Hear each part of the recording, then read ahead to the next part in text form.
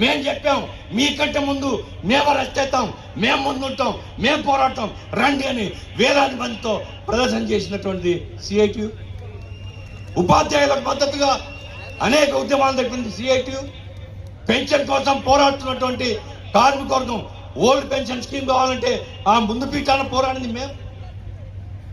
జగన్ ప్రభుత్వంలో 42 రోజులు అంగన్వాడీలు గొప్ప సమ్మె చేశారు. అంటే ప్రభుత్వాన్ని విమర్శించడం అంటే ఆ ప్రభుత్వం యొక్క విధానాన్ని విమర్శించడం. జగన్ విధానాలు అనుకూలంగా లేనప్పుడు మేము విమర్శించాం. ఈరోజు చంద్రబాబు నాయుడు విధానాలను కూడా మేము విమర్శిస్తున్నాం.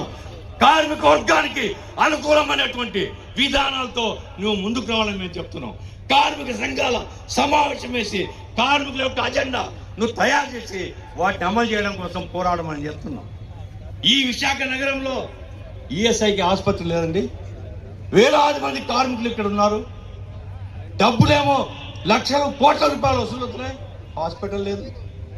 కట్టేమని అడుగుతున్నాం. స్థలాలు చూడడానికే 10 సంవత్సరాలు అయిపోయింది. అందుకోసం మేము చెప్తున్నాం ప్రభుత్వానికి, ఒక ఆదర్శ యజమానిగా ప్రభుత్వ రంగాన్ని కాపాడు. విశాఖ ఉక్కు ఫ్యాక్టరీ కాపాడడానికి ముందుకు రా. లోకేష్ బాబు అంటున్నాడు, ఇంకేమయ్యా మేము 14,000 కోట్లు ఇప్పించినాం. ఎవరు మీ నాయన సొమ్ము ఇచ్చినావు నాయన? ఎవరబ్బా సొమ్ము ఇచ్చినావు? 14,000 కోట్లు కేంద్రం ఇప్పించింది. ఏదైనా పరిశ్రమలు పెట్టినారా?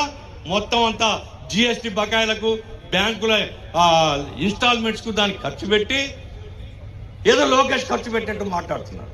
మేం చెప్తున్నాం, ఈ రకమైనటువంటి దగాకోరు మాటలతో, న్యాయవంచనలతో కార్మిక వర్గానికి మోసం చేయలేదు ఈ ప్రభుత్వం. కాబట్టి మీకు సిన్సియారిటీ ఉంటే విశాఖ ఉక్కు ఫ్యాక్టరీ కాపాడడానికి ఇనుప ఖనిజం ఇప్పియండి, గనులు ఇప్పియండి. లేదు స్టీల్ అథారిటీ ఆఫ్ ఇండియాలో మెర్జ్ చేయించండి. అదేమి చేయకుండా పై మాటలు మాట్లాడితే తరుముతారు జనం అని మాత్రం చెప్తున్నాను. రాష్ట్రంలో ఉండేటువంటి అంగన్వాడీలు, ఆశాలు, విఓఏలు, ఆర్పీలు, ఇటువంటి వాళ్ళందరి యొక్క సమస్య మీద తక్షణం మీటింగ్ జరగకపోతే ఈ కార్మికులు 42 రోజులు ఆ రోజు సమ్మె చేసి ఉండొచ్చు. రేపు అవసరమైతే నీవు గద్దె దిగేంత వరకు కూడా పోరాడాల్సి వస్తుందనేసి హెచ్చరిక చేస్తున్నాం.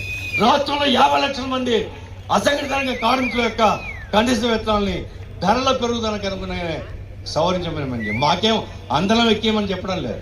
ధరలు పెరుగుతున్నాయి, దానికి అనుగుణంగా డిఏ కలిపి నువ్వు జీతాలు ఫిక్స్ చేయి. 1 రూపాయి కూడా గవర్నమెంట్ ఇవ్వాలి తప్ప